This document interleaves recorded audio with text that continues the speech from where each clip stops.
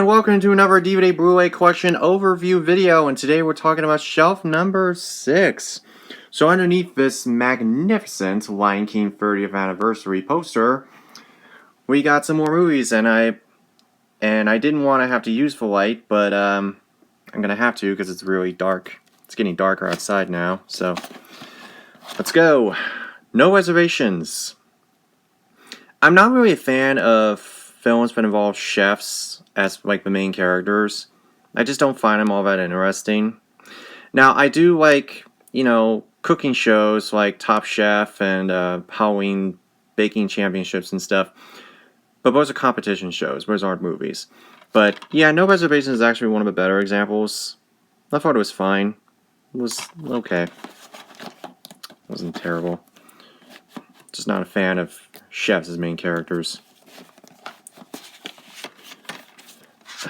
What is it? Oh, Norm of the North. Here's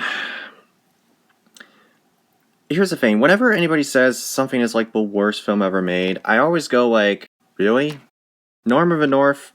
I heard people say it's like really, really terrible, it's really bad. But here's the thing. When me and Tree saw this movie, we didn't know of any of this. So we just went into it blind, and it was okay. It was an okay little movie. I don't think it's really that bad, but here are my problems with the movie. Okay, the main character is alright. Norm's okay. Its environmental message is oversimplified. The Ken Jeong is the main villain was too rubbery and all over the place. The animation is, well, I've seen worse, but I don't think this movie is really that bad. I really don't. It's watchable. It's watchable fluff, basically. I don't think it's really that bad. It's not that great a movie, but it's not the worst I've seen. I've seen movies with like big budgets released by major studios that are way worse than Norm of the North. So, yeah. I have seen the sequels though, and they're actually worse. Norma Rae. Sally Field won an Oscar for portraying the real-life woman Norma Rae, who stood up against her job at the mill. And, I see a lot of myself in Norma Rae, someone who stands up for what they believe in. And, although I think it's just a really great story. And, of course, there's that famous scene where she encourages everybody in the mill to rise above, advocate for their rights, and she holds up a union sign. Very, very touching moment in the film, but it's great. Here's another great film, North by Northwest. One of Alfred Hitchcock's finest films. I'm serious when I say that. It is one of Alfred Hitchcock's finest films. It's twisted, it's very involved. Cary Grant, Eva Marie Saint, and James Mason. It keeps you on your toes. It's all over the place, but there's a reason for it because the plot is so tangled in this web of confusion that you're trying to piece it all together just like the main character is. So it's very smart in that regard, and not to mention it's well written, it's well shot, it's wonderfully scored by Bernard Herrmann. It's hard to say what's my favorite Hitchcock film though. It's kind of hard to say, but I love North by Northwest. I encourage anybody to watch it. Next up, Notorious. About Notorious B.I.G. This is pretty good. The guy who plays Notorious B.I.G., I'm blanking on his name right now. He would actually play Notorious B.I.G. again in the Tupac movie All Eyes on Me. But this is a pretty decent film overall.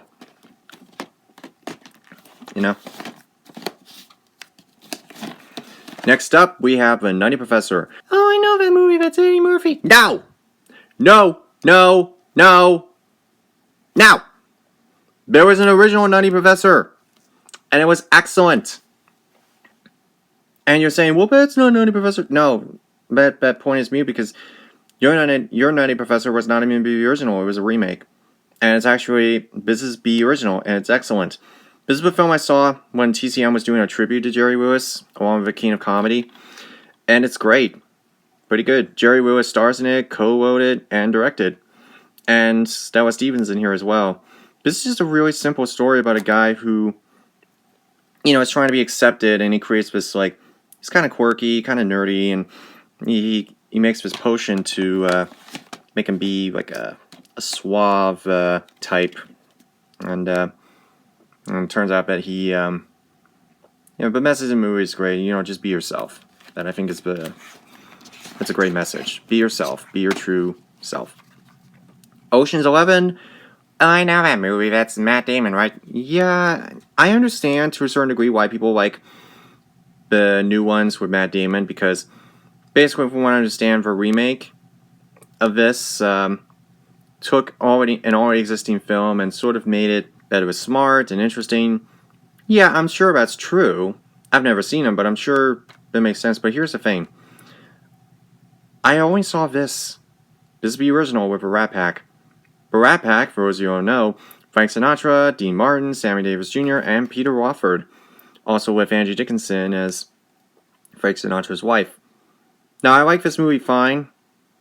I understand why people go to the new one, but let's be honest, this is the original. You can't top the original, right? You just can't. Octopussy, this is Roger Moore as James Bond. Is this one where he goes to India? Yeah, this is one where he goes to India. Maud Adams is the Bond girl. Alright, here's one of my favorite films, October Sky. The true story of Homer Hickam Jr., who grew up in a coal mining town, and he found a way to escape. He built his own rockets and with his friends in this field, and he was trying to gain the approval of his father, who wanted him to work in the coal mines, and his teacher, played by Laura Dern, inspires him. And this is just a really inspiring film, and I love this movie. Absolutely love this film. This is great.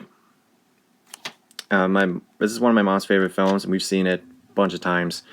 And it's just an overall really great, inspiring story of mice and men. In high school, we read a book by John Steinbeck, and my English teacher named Diane, she showed this film to us. She showed this particular one with John Malkovich and Gary Sinise.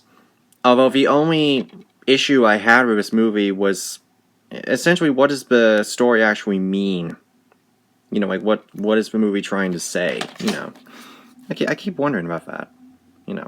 But of the adaptations of Mice and Men, this is the one I recommend.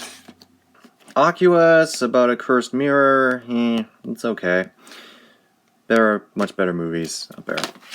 Like this one of my favorite films, Oliver. Best Picture Oscar winner in 1968. This is a fantastic film. Taking the Charles Dickens novel Oliver Twist and making it a musical.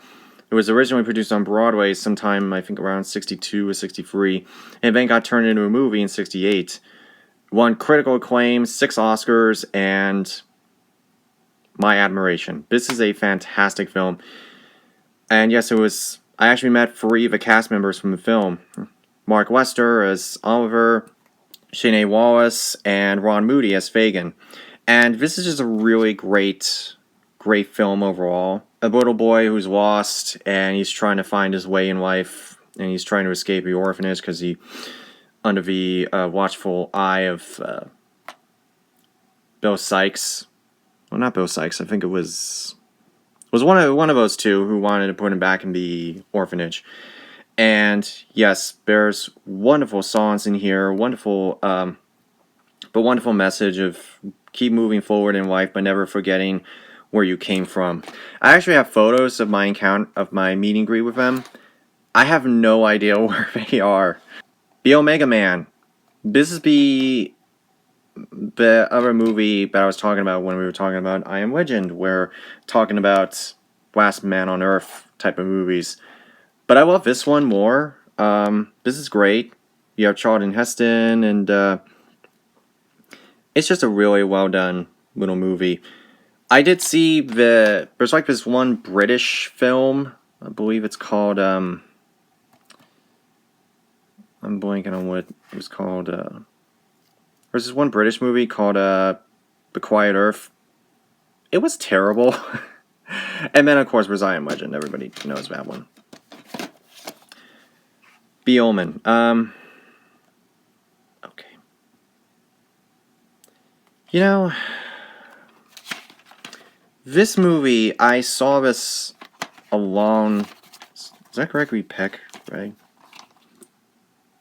Yeah, Gregory Peck and Remake. Okay. I saw this movie a long time ago when I was like, I don't know, maybe 15, something like that. Like 15, 16. It was creepy, for sure, a pretty creepy concept, but here's the thing. I haven't seen it since, though.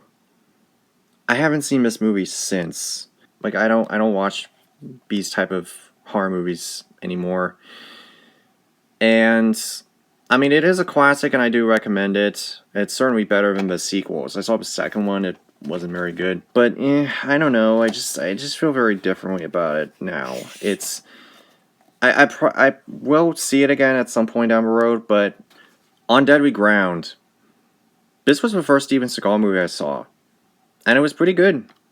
You have Steven Seagal taking on oil tycoon Michael Caine. He's the villain. It's set in Alaska. Yeah, I really like it. On Golden Pond. This is a great film. Katharine Hepburn and Henry Fonda won Oscars for portraying a couple who reside on this house near this pond, and Jane Fonda is visiting them. Really great film about the connections. It's a really great film. Haven't seen it in a long time though. On the Road with Bob Hope and Bing Crosby. So this was this has some of her road films: Road to Morocco, Road to Zanzibar, Road to Utopia, and Road to Singapore. The problem is that this box set doesn't have all of them. There are 6 of them that I know of, and 2 of them aren't on here. Road to Rio, and I'm blanking on what the other one was called, but yeah, it's missing that one. On the Waterfront, Best Picture winner in 1954. This is one of Marlon Brando's finest films. He won an Oscar for portraying a guy who lives in this fishing community, read by Carl Malden, is like this priest, and is in love with Oscar winner Eva Maria Saint, and he's grief-stricken by this murder that happens there, and of course it has that famous scene. He could have been a contender. It's one of the great acting moments in film history, but love that. I think Criterion put that out, so maybe I want to look into that. Speaking of Marlon Brando, we have a film that Stanley Kubrick walked away from, One-Eyed Jacks. Marlon Brando and Carl Malden. Now, this has had a really bad home video release because it's public domain. And it's had about 100 of these releases. And I think I tried watching it once, but I don't think I ever finished it. I think Criterion did put it out, but I can't find it anywhere. So, I don't know where it is. Did it go out of print or something? I don't know, but yeah. Here's one I need to upgrade. One Flew Over Cuckoo's Nest. One of the big 5 Oscars, including Best Picture, Best Actor, and Actress. Jack Nicholson's amazing performance as a criminal who pretends to be mentally ill, gets sent to a mental hospital, and realizes that it's worse than prison. So he wants to get out. And this is just a really, really clever film, really interesting movie. And of course, it's got a great cast, but it also has a few future well-known stars, including Christopher Lloyd, Danny DeVito, and Brad Dourif. Once. This film has a very personal significance for me because this was the first R-rated film I ever saw when I was 14. Gwen Hesgard and Margaret Igorova, sorry if I butchered their names, they play 2 musicians who live on the streets, who they fall in love thanks to their love of music. Yeah, this movie is fantastic. I actually have the soundtrack. I don't know where it is right now, but I really loved this movie when I was 14. Actually, I tried playing the song, the Oscar-winning Falling Slowly, and yeah, it's actually a pretty simple song to play, but a fantastic, fantastic movie once.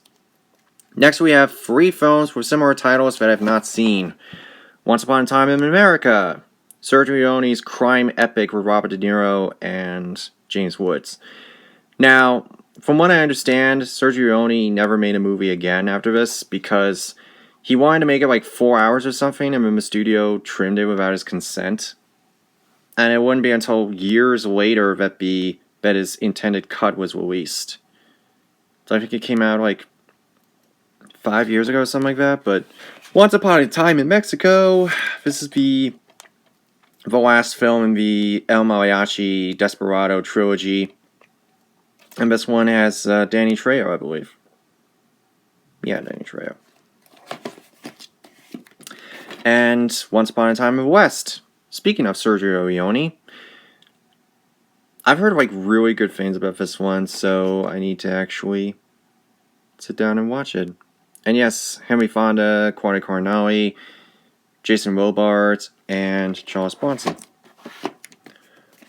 But I will never forget the day I saw this monstrosity. This is the worst film I have ever seen in my life. And no, I did not pay $1.99 for it. Do you know how much I paid for this? 89 cents. I'm not making that up. 89 cents for this abomination to cinema. It's really bad. It is absolutely... I will never forget that. Everything I said in my review of that movie is true. Oh my god, it's bad. Open Water. This is actually a really good movie. It's the true story of these divers who get stranded in the middle of the ocean and they have to survive the open water. And nobody really knows like what happened to them. Nobody knows if they lived or not. Nobody really knows. But one of the first films shot on digital video. This is really good. Actually, I got this brand new. Funny story. I got this brand new, sealed and everything, and it came with a bonus disc. I have no idea what's on it, but yeah, it's really cool. I've not seen a sequel though. I'm not sure why they made a sequel to that. Open Season. You know, it's been years since I've seen this film.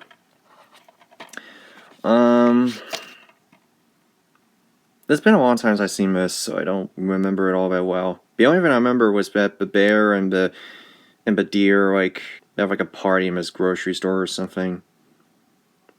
Kind of surprised that they made as many sequels as they did, because it's not really necessary for them to make sequels, but whatever. The Ever Boleyn Girl, the film about Henry VIII's relationship with Anne Boleyn and her sister Mary. I remember I actually did a book report on Henry VIII's wives, the 6 wives of Henry VIII in high school, and this movie doesn't do it justice, but it's been a while since I've seen that. This is actually a really nice edition I have here. Next is one of my favorite films of all time, Ordinary People. Best Picture winner in 1980. This is a film dealing with survivor guilt and how it affects everyone in the family. And Timothy Hunt's Oscar-winning performance about the guy who suffers the most and how he's trying to deal with his pain. This is just a really mesmerizing film. Absolutely love this. Donald Sutherland and Mary Tyler Moore. My mom and I have seen this a couple of times. And it's just one of our favorite films. And it's one of Robert Redford's best movies. The Others. Why did this get a Criterion release? Why is it that Ordinary People got passed on a Criterion release and this got a Criterion release instead? Is this the one where the kids are allergic to the sun? Yeah, this is one where like yeah, this is the one. I don't remember this movie. I don't remember that movie at all. Outbreak. Ever since what happened in 2020 with the pandemic, I cannot watch these movies again. I cannot watch these movies that involve virus-killing bacteria or whatever. I just can't watch these kind of movies. Contagion, I can't watch that anymore either. It sucks because this is the best of the two. I saw Contagion first, but then I saw this and it was way better. Mostly because this one's more fictional and Contagion was something that actually happened. Yeah. This has a great cast though. Dustin Hoffman, Whitney Rousseau, Morgan Freeman, Kevin Spacey, Donald Sutherland, Cuba Gooding Jr., Patrick Dempsey. It's got a good cast. I just can't watch it anymore. Out for Justice. He's a cop. It's a dirty job, but somebody's got to take out the garbage. Steven Seagal, cleaning up the streets.